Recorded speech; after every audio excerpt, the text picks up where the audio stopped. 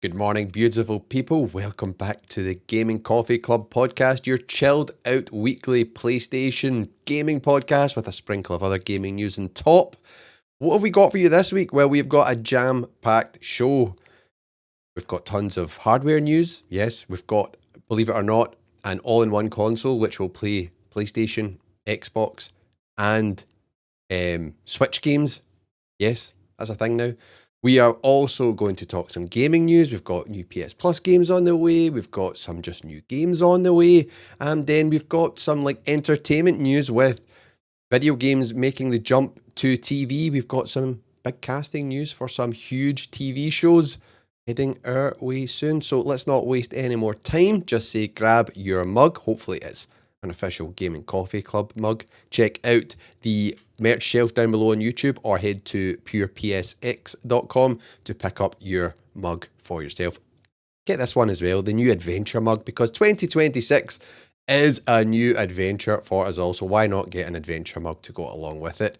Now, let's get into the first news story. The first news story is a fun one here. A YouTuber has built what they are calling the Nintendo PX 5, which is a 3-in-1 gaming console. It has PlayStation 5, Xbox Series X, and Nintendo Switch 2 all in the one box. So you don't need to decide which one you are going to buy. Now, this is obviously a one-off, but really interesting to see how they've done this and good fun. I personally, though, really like individual hardware and seeing what the individual companies come up with. However, if you're wanting an all-in-one device, this looks like it might be the dream thing for you. So the goal I think they've set out for here is stop forcing players to buy multiple machines, which is what Xbox would like you to do, I think, going off their strategy. Now, in the video, they show you the full build of this and how they made this. The end result, it does look really cool, the Nintendo PX 5. And it doesn't look much bigger than an Xbox Series X. It actually looks a lot cooler than a Series X. It is quite a cool design.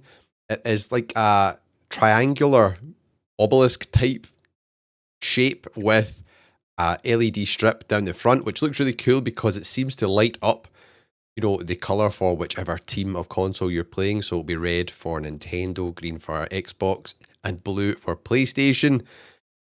Very, very cool. They seem to be saying here as well there's a side for each part of the console. They dock the Switch 2 into the device, which I didn't actually appreciate the first time I looked at this. I must not have been paying enough attention. The actual innards for the Xbox and the PlayStation are inside, sharing the same like power supply unit and stuff like this, and you know, the cooling system. You literally press a button and it flips between the different consoles. It'll go from Xbox to PlayStation to Switch, which she is demoing on screen if you're watching this on YouTube or on Spotify, watching the video.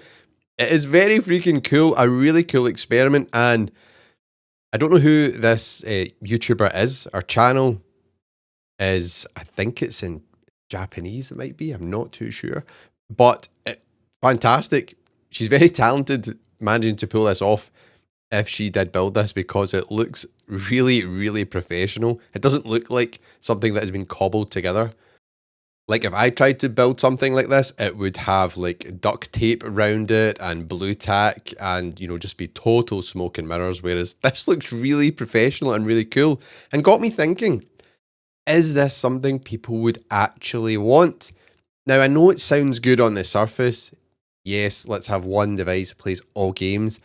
I think in the long run, though, that is actually a bad thing for the gaming industry and for us as consumers, because it would stifle innovation, it would stop a lot of competition, and I think that would eventually then just drive costs up. Plus, also, something like this would be a bit of a expensive kit, given how expensive everything is getting right now. A very cool experiment though, but I would like to know what you all think about this, and round of applause to this YouTuber for making this because it's a freaking cool video. Go and check this video out. Just search for I built a PS5 plus Xbox plus Switch 2 all in one on YouTube. And sit back and relax and enjoy it. It is a very good video. Next news story is around the PlayStation 5 Pro's big PSSR update, which we have spoke about previously on the show. And it's now looking like it's going to release in March. So we've got about 2 months until we get this big software update, which should improve graphics and performance. So by that, I mean frame rate. So better visuals and, faster frame rates available in all our big AAA games, which take advantage of PSSR. And the rumours are coming from X, and it is user Gust Fan, who regularly posts a whole bunch of PlayStation related news and deals and leaks on their page. And what they have basically went on to say is that the update will implement a feature equivalent to AMD's FSR4, which is Fidelity Super Resolution 4, which is AMD's upscaler. And it can provide some really impressive, boosts to performance and image quality on PC, where you can use this right now.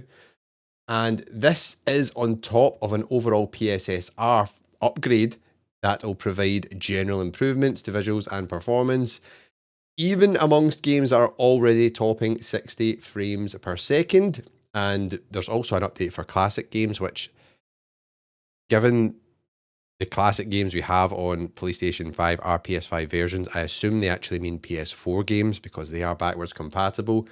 And they also may enjoy resolution upscaling. That's pretty cool. So we might get even better resolution on some of our beloved PS4 games. And this, I think, will be good for people who are maybe into competitive gaming as well, getting more games hitting that 120 frames per second. Things like that, I think, could be pretty cool. But I'm interested to see more visual upgrades here in terms of games hitting 4K 60 FPS with ray tracing and all the bells and whistles switched on, because that is what a Pro console is all about for me. And a lot of you, I think, have still not upgraded to the PS5 Pro. A lot of people aren't interested in it. It's an interesting time though just now, because with all these ridiculous tariffs that are being thrown about the world and the AI bubble or boom, whatever you want to call it, which is hoovering up hardware, which is causing hardware which we buy to go up in price, the PS5 Pro is like slowly but steadily looking like a better value proposition, especially as I think the PS6 may get delayed. I don't think we'll be seeing that as soon as some would have hoped due to the increased hardware costs, unless things change. Who knows? Things seem to change every other day in this world we live in right now. But this is a good update for PlayStation 5 Pro owners who initially, I think, felt a little bit left out because, you buy this really expensive bit of hardware. I've got one. I love it. It's my main system for playing games on. It's just a fantastic bit of kit. Buy that and the disc drive and you're sorted. But in total, that cost me like £800 here in the UK. I bought the disc drive before they dropped the price on it. And the console at launch as well, when I bought it, was £700. So that's a lot of money. They have been on sale a fair bit, which has been cool to see round about, the holidays, Christmas time, Black Friday. So if you can pick one up in a deal and maybe trade in your original PlayStation, if you do want that bump in performance, it is definitely one of the best ways to go, because the standard, the Xbox Series X is pretty much similar priced to the PlayStation 5 Pro now. PC gaming is getting wildly expensive. The graphics cards and RAM are just going up and up and up, and actually storage seems to be getting impacted as well just now. So it's not looking too good. So it's hopefully, a lot of people were moving towards saying, oh, I'm going to go to PC gaming. I've seen a lot of people now go, whoa, I want to go back to console gaming, because it actually is still the value play, even though it's still way more expensive, but it's a lot cheaper than PC. There's no right or wrong. You just suit yourself. I'm lucky. I have them all. I love playing games everywhere. So you buy what suits you, what suits your budget, what games you like playing. If there's any exclusives that you like on PlayStation, for example, or where your buddies are as well, because you might want to be playing games online with them. This is a good update for PlayStation 5 Pro. Let me know if you have a PlayStation 5 Pro, or are you interested in one, or don't you care? You're just going to stick with your PS5, run it into the ground until the PS6 arrives. Hopefully, I don't know, do we think we'll see it before 2028? Sound off in the comments. Our next piece of hardware news is a bit of an update on this Japanese only PlayStation 5 model, which we spoke about a few weeks ago on the show. And if you're not sure what this is, it is basically a region locked Japanese PlayStation 5, you know, the new slim model. And you can only buy it in Japan. It is much cheaper than buying a model in, UK or the US, for example, because it is just locked to that region. And the whole thought process behind releasing this device was to combat the kind of sales tsunami from the Nintendo Switch 2, which is just selling like hotcakes in Japan right now. So this was Sony's way to try and fight against that, get some more sales, hopefully steal some sales from the Nintendo Switch 2. And we've got some updates, and Push Square has a good article on this right now. And I really wanted to discuss some of the figures because some of it is really eye-opening, which is really interesting. So this comes from Famitsu, and it says the combined sales of PS5 models reached 46,753 during the last 2 weeks. So remember, this is just the last 2 weeks.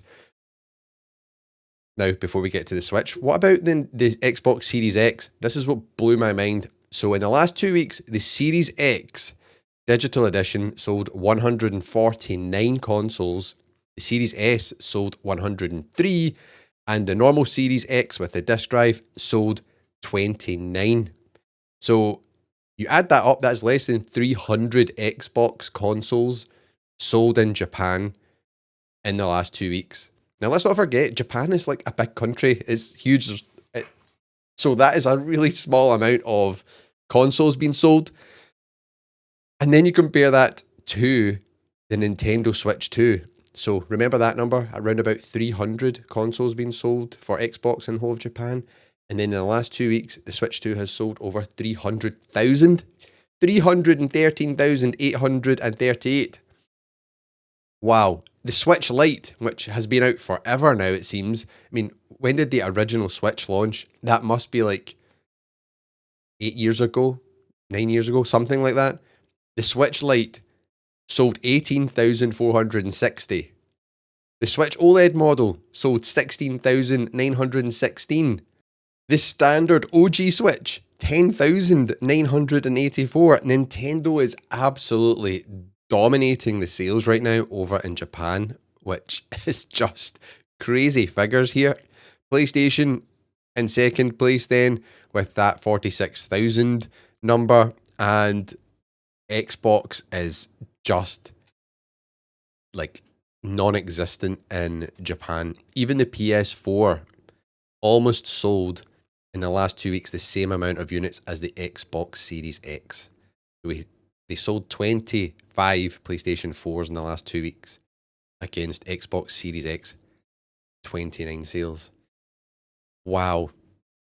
It is just mind-boggling, and it just shows you how Xbox has never... I don't think they've ever really cracked the Japanese market, but this is just... wow.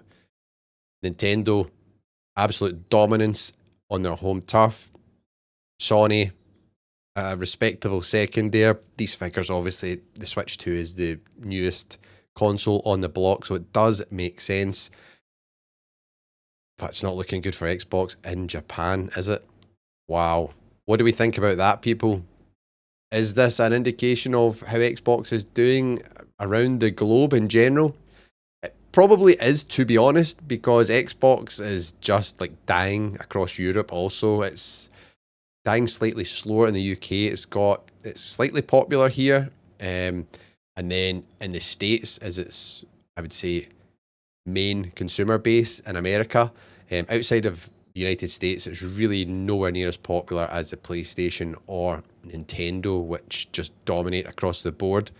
So it's not looking good for Xbox hardware, and I know Microsoft say they're not interested in hardware, but let's be honest, they're just saying that because it's not selling. If they were number one, it would be all about hardware. So take what they say with a pinch of salt. I, for one, though, as I have all the consoles, I love console. I am a gamer. I'm not beholden to, this tribal thought process of one console, another one suck, and they should all die, blah, blah, blah. We need a strong console market. We need them all to be firing on all cylinders because it's good for us because we get better innovation in the hardware, better price competition, which then is better for us as consumers. We can't just have, one company ruling the roost.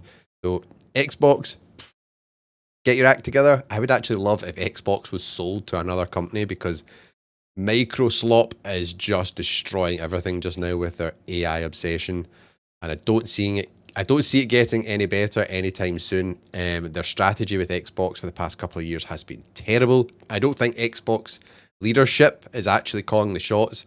I think it's actually Microsoft's leadership which is, setting the direction for Xbox, and they're just damaging a brand that they've taken like 20 plus years to try and, build a good foundation with. Take us back to the 360 days.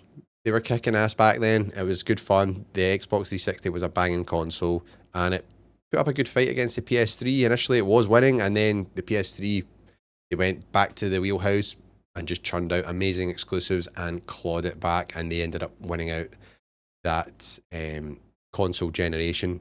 So yeah, looking good for Nintendo in Japan, PlayStation a second, and Xbox a very distant third. What do you think about that, people?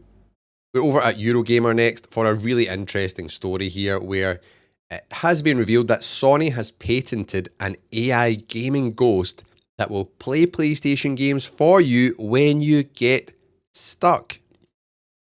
Yes, we're not daydreaming. This is actually happening. Whether they roll this out or not will be a different thing altogether. However, the patent describes, mode switching, which would, be for 4 different options for users to be able to choose from. These are story mode, combat mode, exploration mode, and full game mode.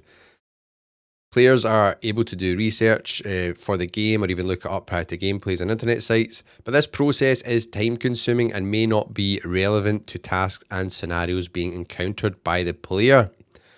Which means then you can turn on this AI ghost and it will play the game for you.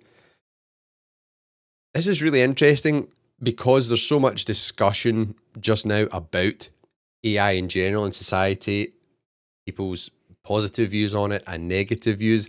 It clearly does have some applications for, the world at large, but it does seem that companies are just ramming it absolutely everywhere they can.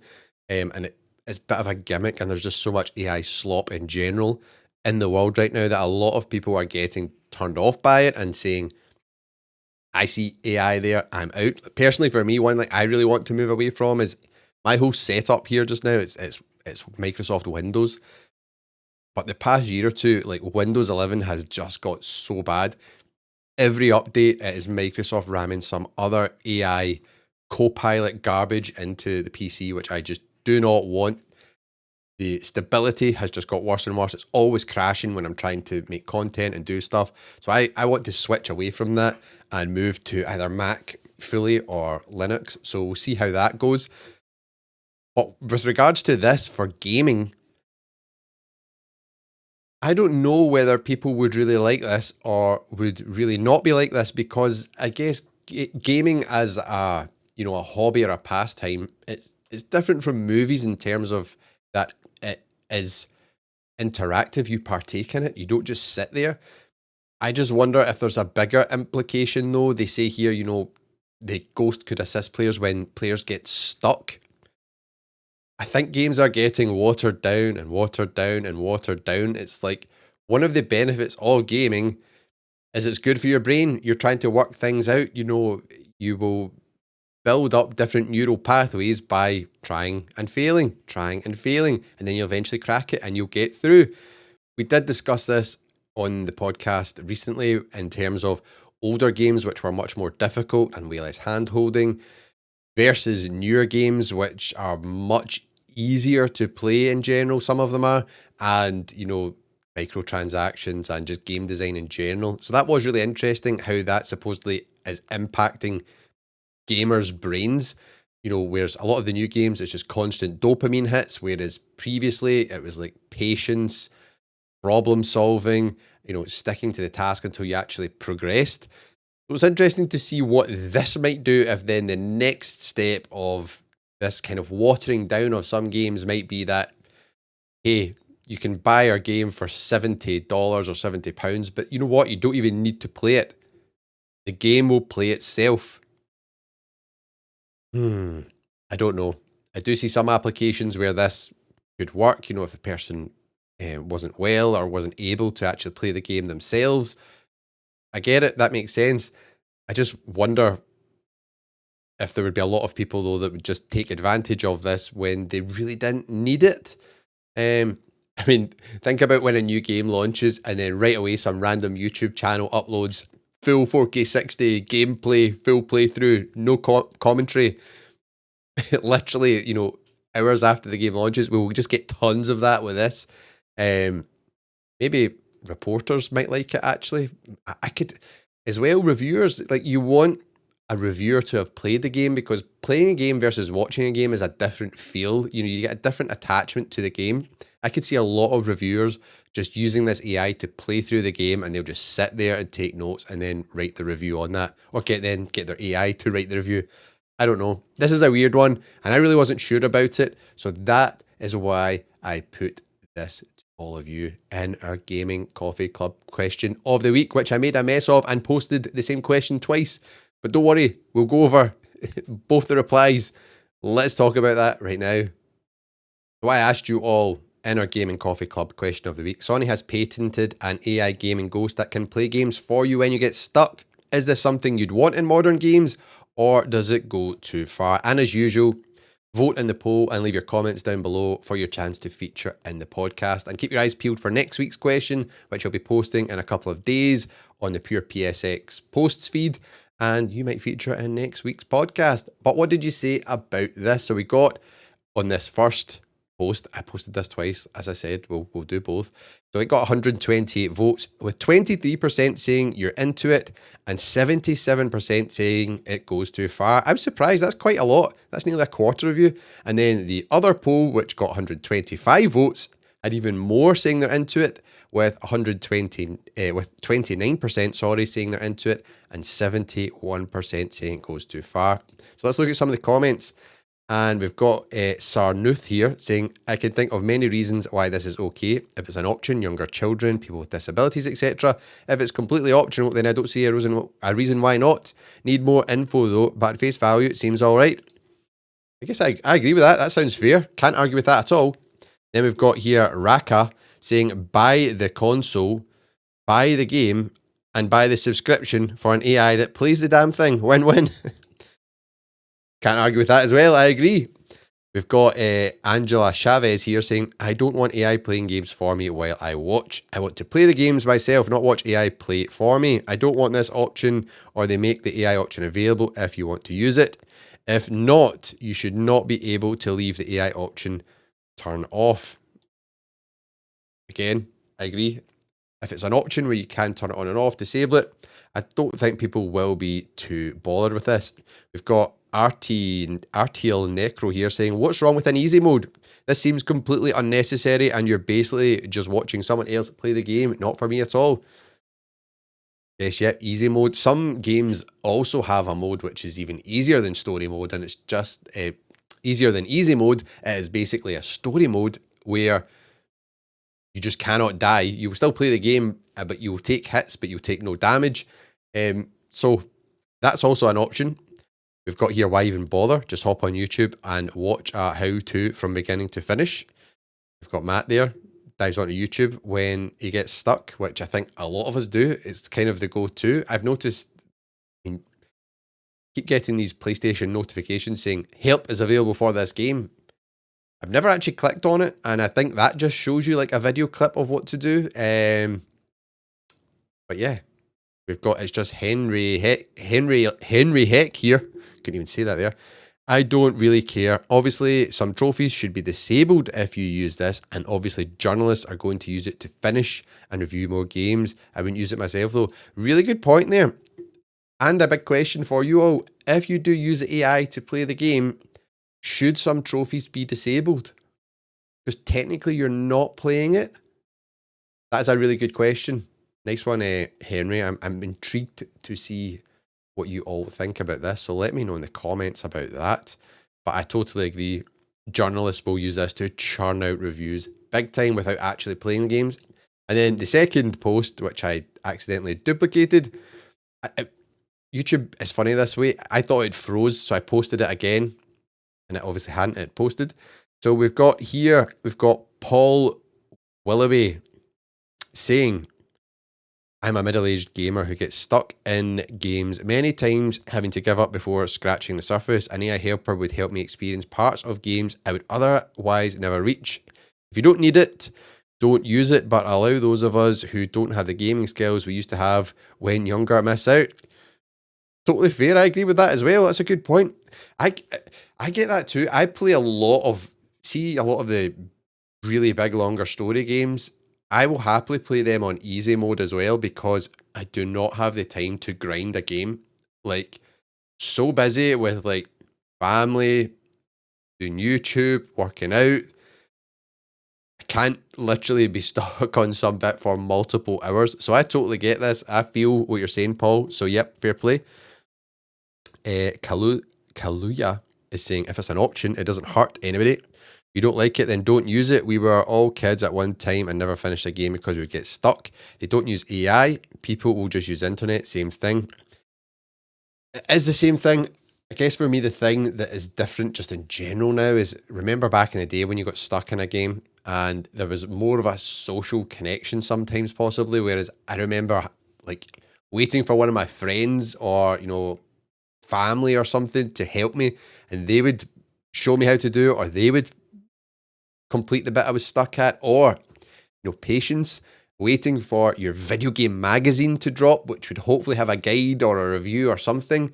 Whereas nowadays we've just got that instant accessibility to everything. So like, I know for us this is fine, we're like adults and stuff like that, but I'm thinking like younger kids, is this teaching them good behaviors for the way of the world? Just like they want things instantly now, no challenge, no resistance. I went through it, boom, click that button, I'm done. Same way I want this game, buy it digitally, boom, it's there instantly. There's no patience anymore, which I think is an important skill for people to have.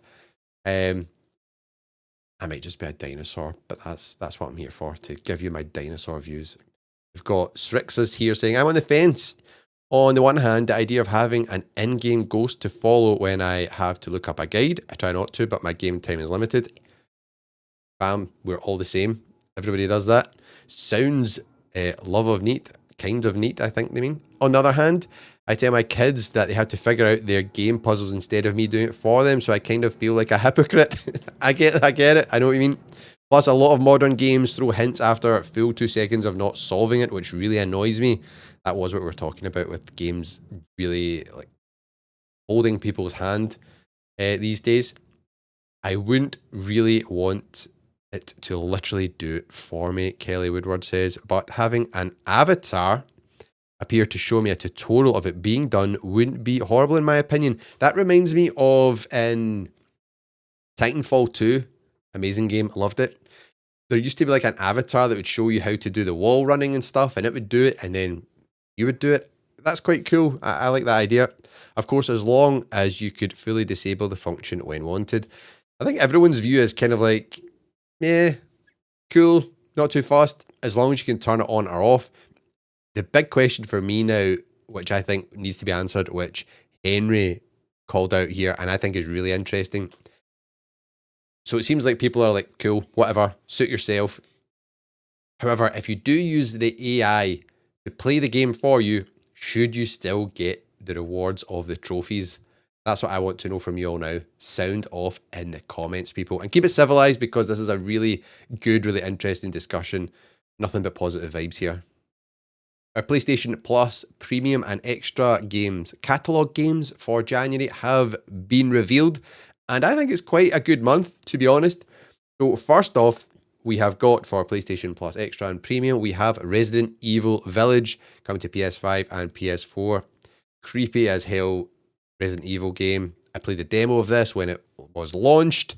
And yeah, it was well creepy. It's at my kind of creepiness level. So would I jump back into this? I don't know. Maybe if I'm feeling brave. Probably not. If you love Resident Evil, though, you'll be happy about this one appearing in PlayStation Plus. Next up, Like a Dragon Infinite Wealth. I think this is one of the must-play games from this month. It is such a just crazy, wild, off-the-wall game. If you've played any of the Yakuza series, it is like that, but just, I think, taken up a notch. There's so much to do. Literally, there's so many side quests and side games to play in this RPG. It is just fantastic. Well worth checking out. Then we've got Expeditions, a Mud Runner game. I have not played this one. I have played Snow Runner though. So much more, I would say, technical or tactical kind of driving game. This is not about, it's not Forza Horizon 5 or anything. You're literally in really rugged, unforgiving terrain, and you need to use your vehicles and, like winches and other tools to try and navigate through this.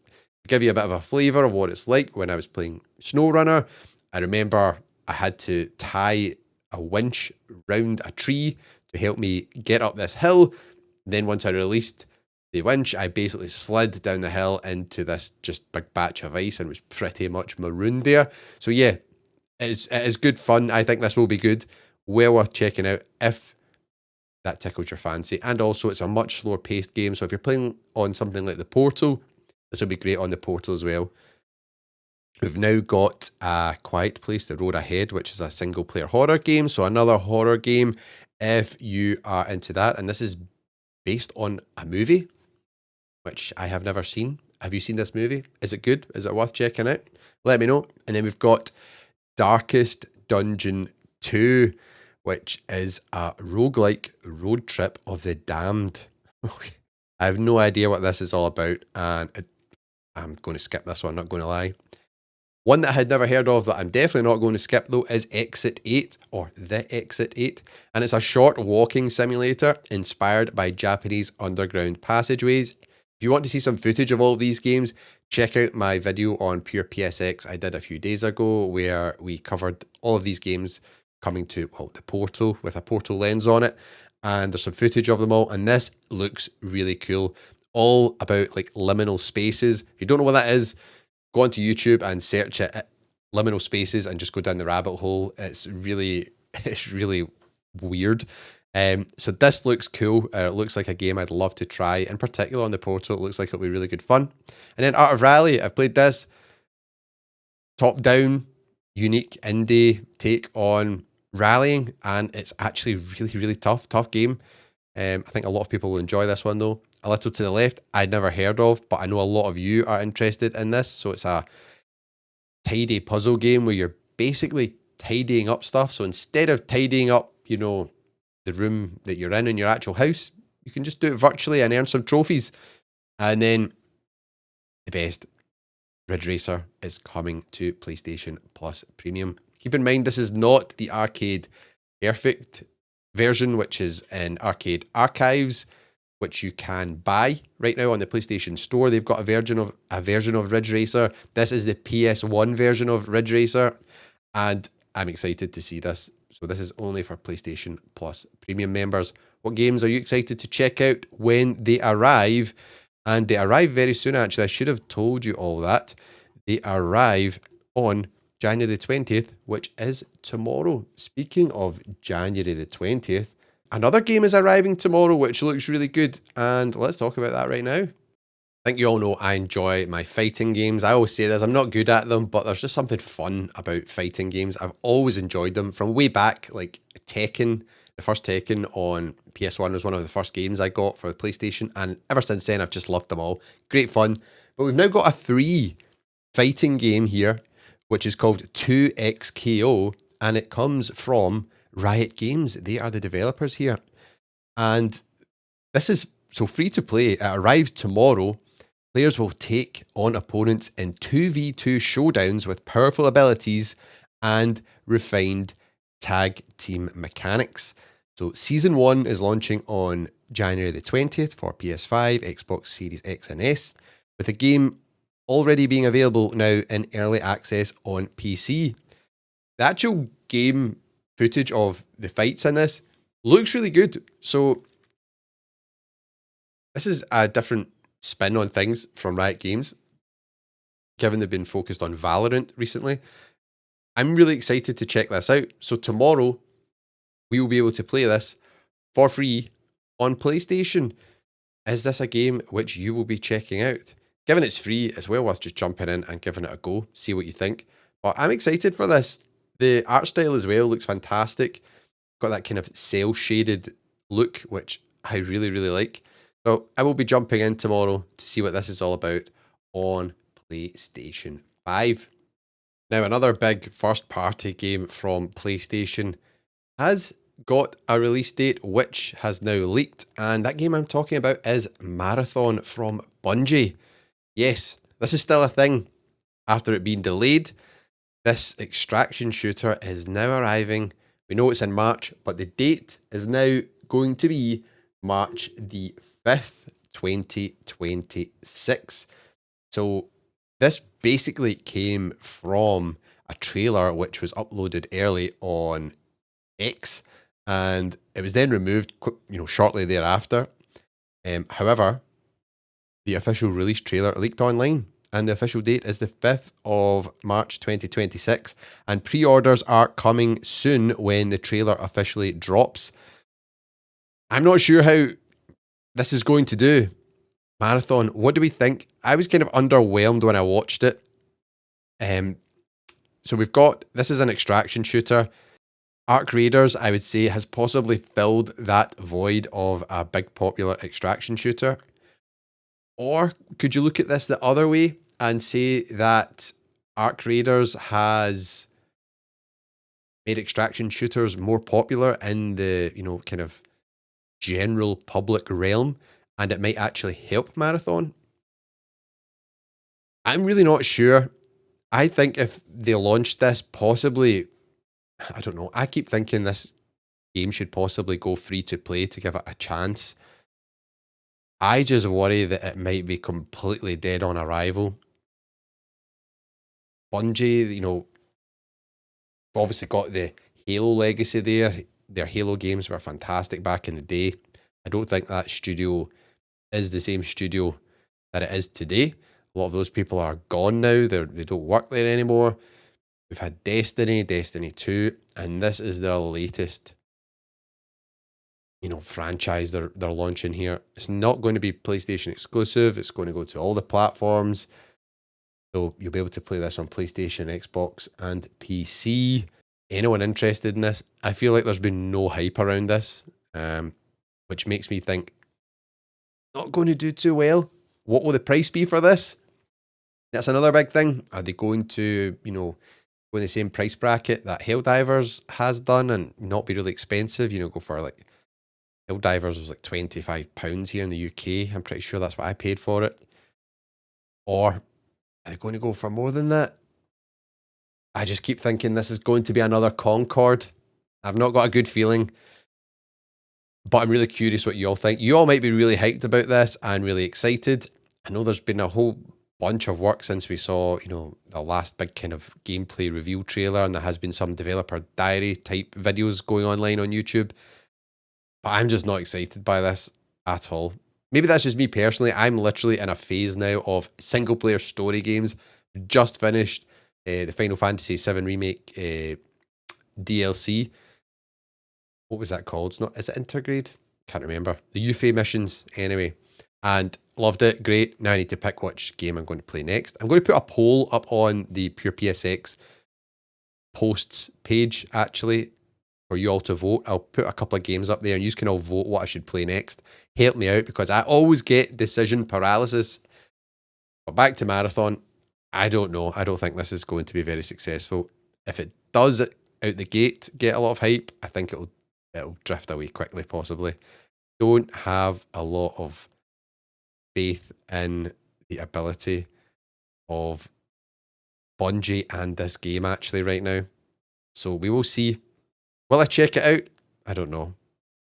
Should I check it out? Are you going to check it out? That's what I want to know. So let me know if you are going to play Marathon. We're back over at Eurogamer here where they've got some good news, and hopefully this is the start of things to come. And Sony has wiped over 1,000 shovelware games off the PlayStation Store without warning. And guess what? It's all from a single developer. Who does a single developer have 1,000 games? What? 1,000 games from a single developer have suddenly been moved. It's a massive move by Sony to shift shovelware games off the PS5 and PS5 store. The developer in question was Thai Games, which prior to the wipe yesterday was the 4th largest ranked developer on the PlayStation Store in terms of quantity. They're only 4th in terms of quantity. What the hell? Who else has got more than 1,000 games on the PlayStation Store? All of the Thai Games released games have been totally removed from the store, the only exception being trophies tied to the titles, which remain present to those who have unlocked them. So far, there's been no statement from Sony or Thai Games. Thai Games is known for games of a particular quality. Take the jumping fries, in which you play fries and jump around. See also jumping taco, jumping hot dog, a jumping soda, and the jumping taco turbo. What? I need to see this. So let's check out Jumping Taco Turbo to see what it's all about. We're over here on Dino Roar Gaming on YouTube. Go and check them out. And so you basically just hold the X button, the taco bounces up and down, and you unlock trophies. This is wild. Who would buy this? This is absolute trash. And, you know, this will be people farming trophies so they can say, I've got so many, you know, platinum trophies and stuff like this. And I get, you know, people enjoy unlocking trophies. I do too. I do not try and platinum every game or anything like that. I just like playing through a game, and then what trophies I get, and I'm happy with that. However, I do get people like to show off what they have, but that's because they've worked hard to, you know, get a platinum in a game or completed a game they really enjoy. They've maybe 100%ed it. Why would you ever show off that you got trophies from Jumping Taco Turbo? That's a platinum unlocked. What? My mind is blown. I really didn't realize that this was a thing. Be honest, have you ever bought a game like this just to unlock trophies? Because my goodness, I am not for that. That is not cool. What? This is bizarre. They need to get rid of games like this. This is just absolute trash. People worry about AI slop. I mean, this is probably made by a person. This is even worse. What is going on? I'm glad that they've got rid of these games. They need to have an absolute purge of so many games on the PlayStation Store. You look through it and it's just tons of AI garbage slop and, you know, things like this. Absolutely bonkers that these things get past whatever Sony's approval mechanism or stage gate is that you'd think developers need to submit their games to, and it must, you would think, get checked in some capacity, even if they just need to give a line of like, what's your game all about? My game's a third-person action adventure RPG set on, you know, the imaginary planet of Thanos, whatever. And then you get this. Yeah, my game is a taco jumping up and down on a table. You'd read that and go, what? Denied. Bizarre. Let me know what you think about these games. Are you happy that these are being taken off the PlayStation Store? Or would you rather these were left alone? Do you think these have a place in the PlayStation gaming landscape? Next, we've got some good news for the Ace Combat series, and this really surprised me. So Ace Combat 7, Skies Unknown, has just reached 7 million copies sold. So 7 years after the release of Ace Combat 7 Skies Unknown, publisher Bandai Namco Entertainment is celebrating 7 million sales of the game. So this also coincides with the 7th anniversary, as we mentioned, but 7 million sales. I did not think this game was that popular. I am one of those sales. I bought this when it was on sale, funnily enough, a few months back. Still in my backlog. I have not played it yet. However, I want to. This game, it just looks great. These games, in the franchise which I've played previously are just a ton of fun. They don't take themselves too seriously. Good, fun, action, adventure type arcade, flying game, which is more my cup of tea than Flight Simulator, where I can't even get the plane to take off. Just sitting on the tarmac in like a 747, just pressing buttons, hoping it'll move. So this is more my cup of tea. And the reason I want to play this soon is because we have got Ace Combat 8 on the way. Wings of the Throne, that one's called, and it was unveiled at the Game Awards 2025, and that is coming in 2026 for PS5, Series X, and PC. So this is wild that the entire Ace Combat series has now sold over 21 million copies worldwide. This to me, this is what video games are all about. Fun stuff, flying about, blowing stuff up. So I'm really glad this franchise is doing really well. It's still going strong. Bandai Namco have not forgot about it. We've got a new one on the way. And the 7th entry in the franchise has got 7 million sales. That's nothing to laugh about. That is a good number of sales. Have any of you played Ace Combat 7? Maybe I should put this in my poll of my next games that I'm going to play. I think that could be a good shout, because watching this trailer, getting my juices flowing, it looks a lot of fun. Yes, Ace Combat 7, congratulations. Well done on 7 million sales. We're over at the PlayStation blog now because they have just posted the PlayStation Store's top downloads of 2025. And again, there was one game in particular which I found really interesting where it was positioned, and it got me thinking why that was the case. So if we just go down to PlayStation 5, let's just look at the top 5, for example. So in the US and Canada, top 5 was NBA 2K26, Battlefield 6, Grand Theft Auto 5, EA Sports College Football 26, and then EA Sports Madden NFL 26. So all the US sports dominating the sales there. No surprise. One thing that is interesting actually is Call of Duty Black Ops 6 did not crack the top 5 for US, Canada, or EU. That shows how bad it's done. It was that 7, 1, 2, 3, 4, 5, 6. So yeah, it was 7th on both charts.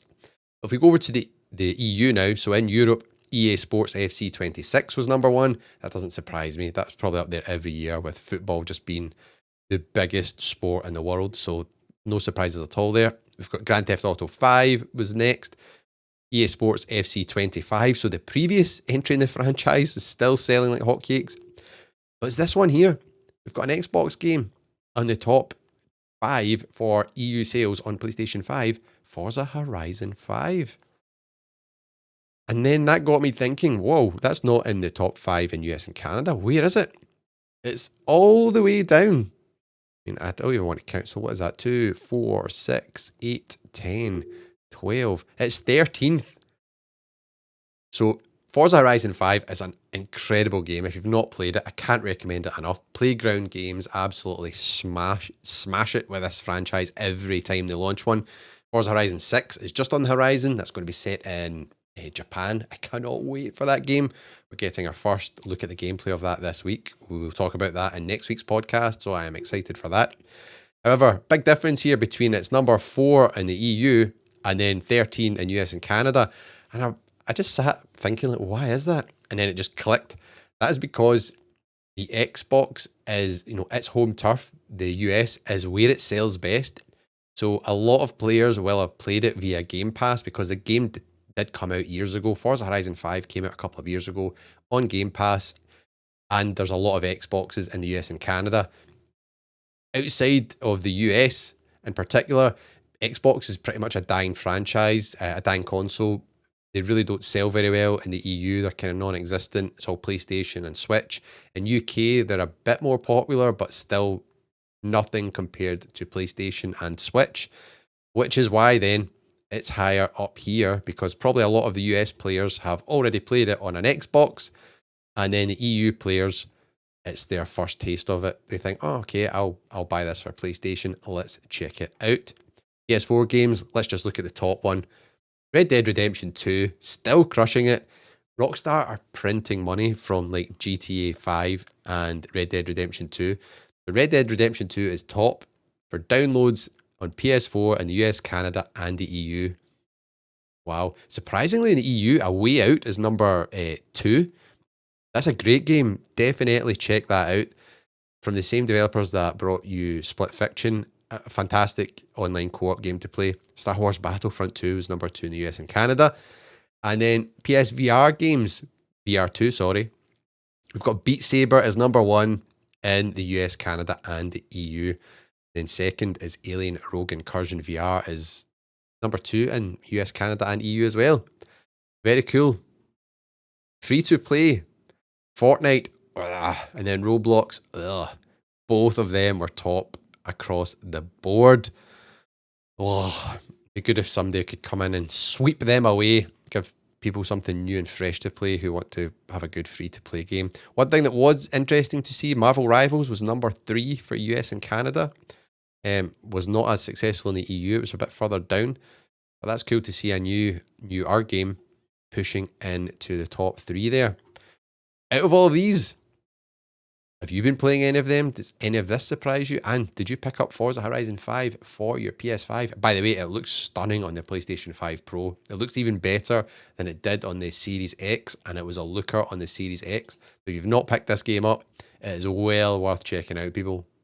Another one for Resident Evil fans here. Capcom's next big Resident Evil remake will reportedly be revealed this year. And guess what? I think it's one you'll all be quite happy about. Resident Evil Code Veronica. So this is a Dreamcast game. Jeez, I missed a Dreamcast. I never had one, but I still miss it. I wish I had one. I'm actually going to make a mini one. I don't know where the case is. Bought a mini Dreamcast case for a Raspberry Pi 5, and I'm going to build a mini one.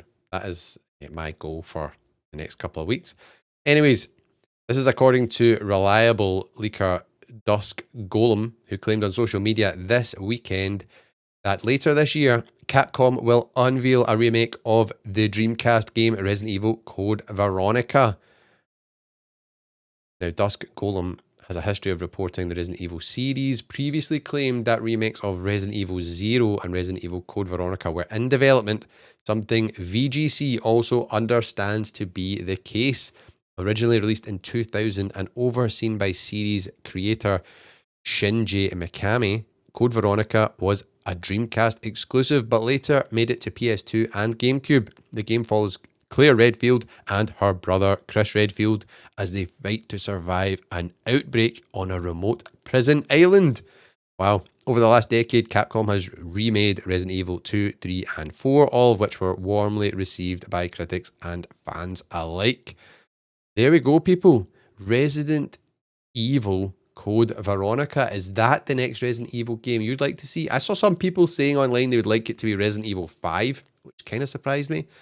But I thought Code Veronica would be the one that a lot of people would like to see next.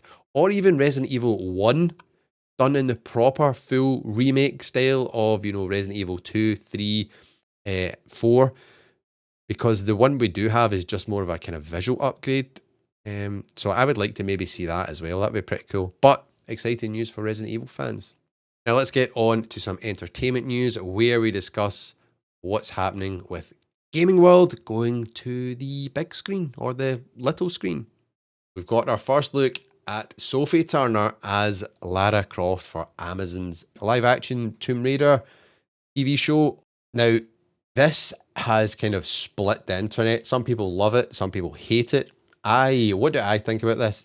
I actually think the outfit, the costume looks spot on for Lara Croft. However, I just do not see Lara Croft when I look at this.